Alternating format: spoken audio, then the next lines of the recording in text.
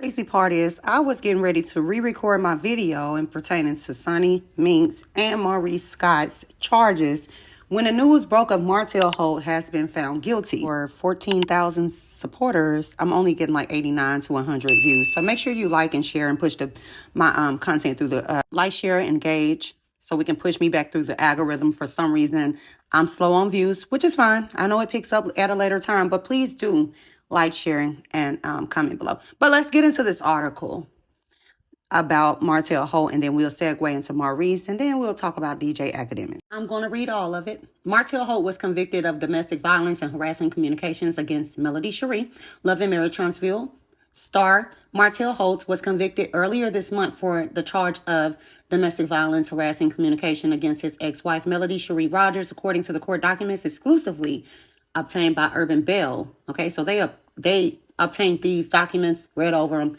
and then decided to write the article. So it says Martell was convicted on May 2nd, given a 30-day suspension. He was given a 30-day suspended jail sentence, 12 months of supervised probation, and fined over $500. He is also required not to have any contact with Melody. I would assume this means interviews as well. Tightening up the ropes. All right, so he is appealing the ruling and is out on bond pending the appeal. As previously reported, Martell HOLT was arrested in January on a warrant of DV. Melody obtained the warrant for the charge in July 2023. This occurred after a former friend, why the hell I did all that, I don't know. Former friend of Martell's paramour revealed a plot to use the paramour to release an explicit video featuring Melody on social media. Now, we know that Martell also has confessed to this in so many ways. Here I was thinking, because Martell knew people in the Alabama court system, that they would never see it Mel's way. And then I also wrote on Millie Chan's live on TikTok earlier, I said it would be so nice if Mel could just leave Alabama. I just don't even trust him with the restraining order against him. I don't. He give me Betty Broderick vibes. During the latest LAMH season premiere, Melody explained what Martell did to lead her to get the warrant. Melody mentioned that Martell has sent her a message threatening Melody to stop messing with him, which he has, like I said publicly. He then sent a screenshot from the video, which she has said publicly. But he sent the screenshot from the video they recorded. LAMH producers showed a screenshot of the message, but did not show the image Martell sent Melody. Wow. But we know that he sent all of this to Tasha K, correct? Anyway, so Melody confirmed the screenshot was from a video they recorded while married. She alleged Martell's plot to expose her under the guise Melody cheated on him with another one. Man, sorry, y'all. But that was crazy. Even go that far is sickening to me. It continues. The former friend of Martell's paramour went to social media before the warrant was issued, calling out Martell and her former friend for the plot. She claimed she told Martell's paramour not to put the video out. Martell must also submit to a psychological evaluation in his ongoing custody case. It is also speculated that this may hurt Martell in the ongoing custody case between he and Melody. In the custody case, Melody is seeking full custody and the ability for their children to appear on LAMH, which she has created, and other forms of media. According to new court documents obtained by Urban Bell, their custody case is open and no longer in mediation. So they're going to move the ball on that. Martell must also provide proof he obtained a psychological evaluation. The next court hearing for this case is set for June 18th. It's definitely going to stop and hinder him in a custody case with Melody, in my opinion. Here they are on the show trying to convince themselves that it was only a text message. Whole time it was a threatening text message, and the Alabama law deemed that as DV. Can't argue with the law. She can't exaggerate something that the law has in place. Saw What's Happening said that Ariane had went live calling Mel out her name still. Just wonder, does the restraining order also includes online? Because if that's the case, we need to get one on Ariane. Moving forward, the day has come for those two to be put in their place.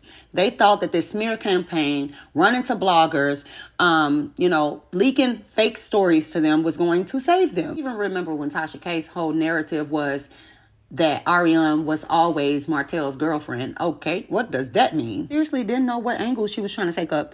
I think it was more or less her trying to prove that Mel always knew that Ariane exists, but who gives a fuck? At the end of the day, they were married for 12, 14 years? So that means she imposed on their relationship, their marriage. at the end of the day. Whole time you thinking you inheriting some man, some prize, and he ain't bringing nothing but havoc. If I was Ariane, I would run before your kids become a target. The reason why I say that is because when I was going through my custody case, the woman that my baby's father moved on to also had to go through, the courts because she had minor children in the home. These allegations, ma'am, I would just wrap this relationship on up. He's not going to listen. So we'll see how far this goes as far as them maybe charging Ariane at some point, since they have mentioned her several times through the court documents with the children and now with the harassing phone call. So we got Martell that has pending charges but still employed. And then we have Maurice, who is probably going to cost On Network thousands or millions or trillions of dollars. It just depends on how this case turns. Now, I'm exaggerating. But I think if I remember the number, it was $150 million. It's what Black Titanic, the YouTuber, is suing for. So we already know how this came about. I hope I don't have to remind the audience. But just at this point, wonder who's next. Spent all that time and effort promoting people to spin the narrative on not just Maurice and Kimmy, but Destiny. I mean, they just spent so much time and energy into the wrong things. And that's kind of what I was saying in my last video that I told y'all I had to scrap. Kind of what I was saying in my last video that I had to scrap that was 27 minutes. Carlos King is so worried about ratings that he's not even looking at the cast members that he has hired. And he's pushing in front of us to promote Black excellence. And the whole time, they're criminalistic. Maurice is also facing harassing, cyber-threatening messages on social media. Some of these charges I couldn't really hear on the videos that I was listening to, such as True T. For the sole purpose of notation, I decided to take down as many as I could. And we're just going to read through a few of them. So we have, number one, the invasion of privacy. Invasion of privacy consistent with a violation of computer fraud. We have invasion of privacy consistent with the violation 18 U.S. Code 2701, unlawful access to store communications, which I think that is alluding to the fact that Maurice fraudulently is being accused. Okay. He's being accused of fraudulently, obtaining the content creators' information, including their banking information. What do you need with that? I don't know. But it makes a lot of sense as to why Marceau decided to go live and snap on the millimeter. Not our damn fault. The fuck? But it's not our fault that you guys don't understand the law of prosperity. Hell, the law of nature. You begin to boast and brag and be of any type of arrogance. It never goes well for you, especially if you're overconfident when you know you have dirt on your name of you, or you've done dirt. You kind of got to expect that back. Only thing that they've showed us that they're really good at is plotting and planning. I will give y'all that, but y'all don't know how to look past that and think, how am I going to deal with this energy when it comes back on me or my children? Do anybody think like that anymore? Or is it just me? At this point, Melody is the only one that's seeming to have some type of decency about herself on this show. And it's sad because I would like to root for other people on Love and Marriage Huntsville, but I just can't. I've always thought that the Scott brothers feels as though Love and Marriage Huntsville is like a realistic simulation of power. I think they're in some type of simulation for power. I think they are so badly wanting to be liked by viewers. They want to have the support of viewers, but they really don't know how to come back from the allegations that's been put out there about them. Thoughts of this was confirmed when I found out that some content creators had to hire bodyguards. Raise your hand if you've ever read the book 48 Laws of Power. I'm going to read 1 through 8, but one of the rules I know for sure is if you don't have enemies, create them. See how they're firing at millimeters, even though other people who are not technically Melody fans has gotten on their ass and exposed them. Hell, at this point, the licensed therapist has something to say about Martell HOLT being on the show in its entirety. And that's the video I also was working on. But y'all, it was long. I'm glad I'm actually redoing this video now. But the therapist basically was saying she don't understand from a licensed standpoint how Martell still have a job. Hell, lady, we don't know either. You're saying everything that we've been saying for years. You're just a licensed professional, which I took my hat off of you, and I appreciate you speaking out on Melody's behalf because we have been shouting this shit from the rooftop for years. But as far as the 48 Laws of Power, y'all, tell me who y'all think of. Well, I'm going to tell you in real time who I think of. 1 through 8, okay? Never outshine the master. We know all of them have tried to do that.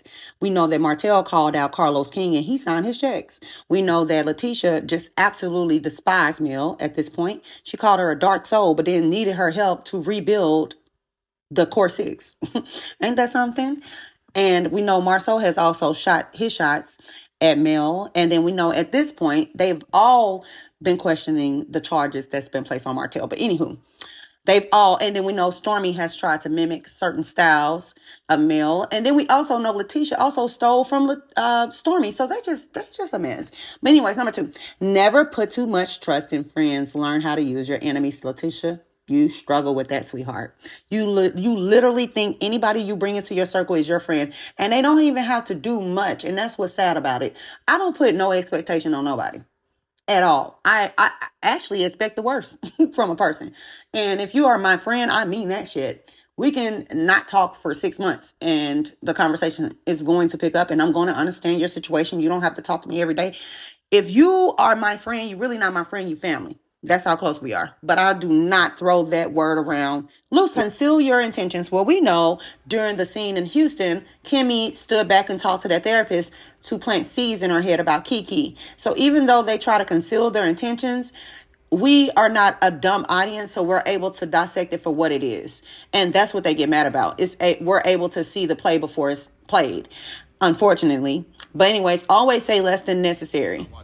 They can do that to an extent, because then we have the wonders of the world that come on social media and tell us things that she shouldn't tell us and put the whole picture together for us. Anyways, and then it says, so much depends on your reputation. Guard it with your life. Maurice, we see him trying to guard his reputation as best as possible. Court attention at all cost.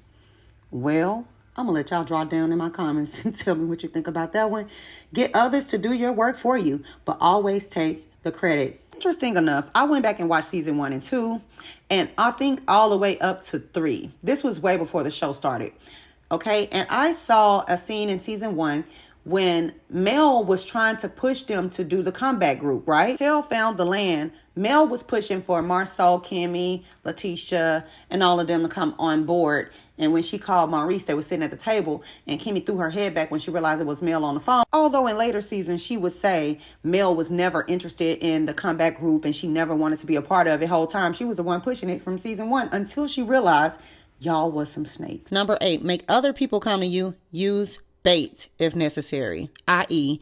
you just have a t-shirt line. Tisha's recent comments about the millimeters showing up to her house are so unraveling on live. Even the bigger bloggers who were saying that the millimeters were a cult. If you have not, read the 48 Laws of Power. If you don't want to read, they have the chart laid out for you. Back to what I originally said, I seriously think that they think that this is some sort of game of power. Fortunately, this is real life.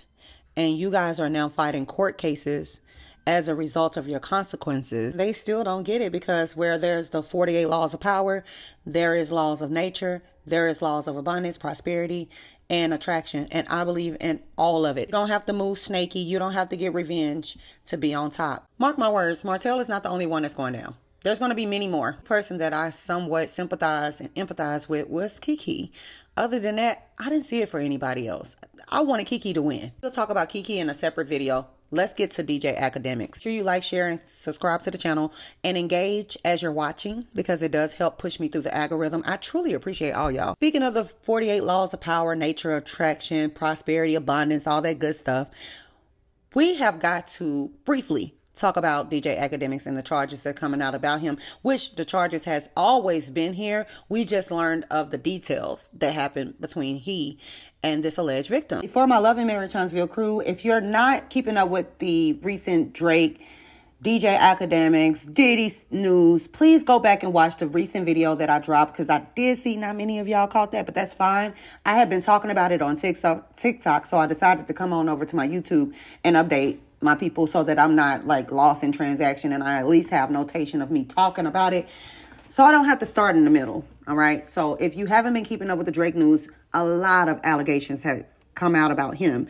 And one in specific, a mole went on Twitter and stated that, Drake at some point may have gotten this person fired, and it's being alleged that this same person, his name is Ebony, or she, Ebony on Twitter, is alleging that, at one point Drake threw away some items. Those items got to Kendrick. Kendrick used those items as his cover.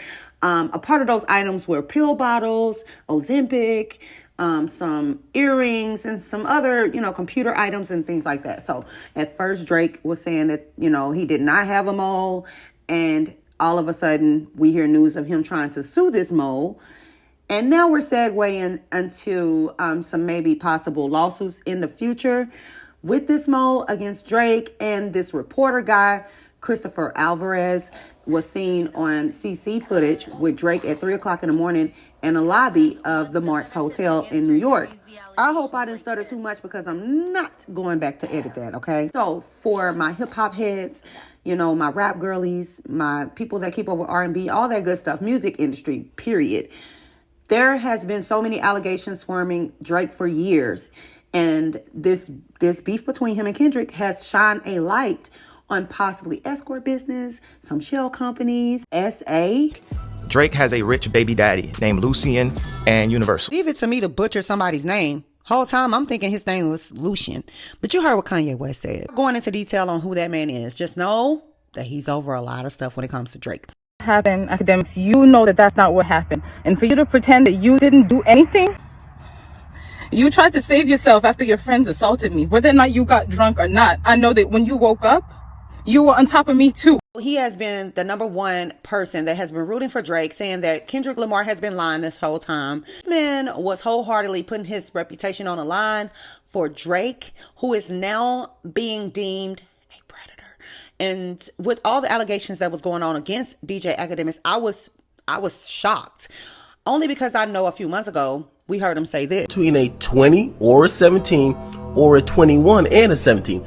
Just kind of mean one's a minor and one's not a minor. So Livingston Allen, also known as internet personality DJ Akademiks, has been accused of rape and defamation in a new lawsuit, according to his county and court documents obtained by the news. The victim, Fazia Abashe, I think I'm saying that right, claimed that she was invited to Allen's home in New Jersey on July 16, 2022, where she thought she was going to be with him alone, according to the documents. But then when Abashe arrived at the home, which was experiencing a power outage, she was greeted by two men whose identity were sealed in documents. Anybody know how long Livingston Allen's Instagram account has been down? Because this article came out 2 hours ago. Before Abashe, I might be saying that wrong, arrived, Allen allegedly told the men that she was on a different type of vibes without her knowledge, according to the documents, which cited a video posted on YouTube. The phrase suggested Allen thought she was going over to the house to engage in sexual activity, according to Abashe's attorney. Abashe was offered a drink but turned it down